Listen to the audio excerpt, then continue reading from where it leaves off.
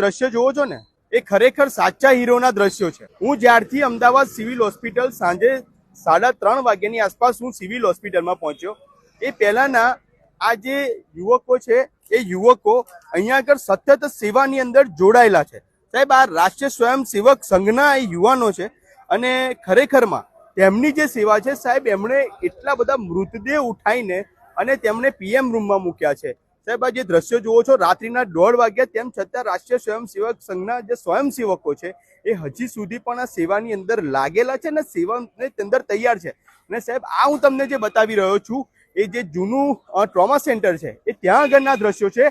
પણ આવી રીતના અહીંયા આગળ 4 જેટલા વિભાગો અલગ અલગ પાડી દીધા છે. એ 4 વિભાગની અંદર રાષ્ટ્રીય સ્વયંસેવક સંઘના જે સ્વયંસેવકો છે સતત સેવાની અંદર જોડાયેલા છે. જ્યારથી ઘટના બની અને ઘટના બન્યાની તુરંત જ આ જે સ્વયંસેવકો છે એ તરત જ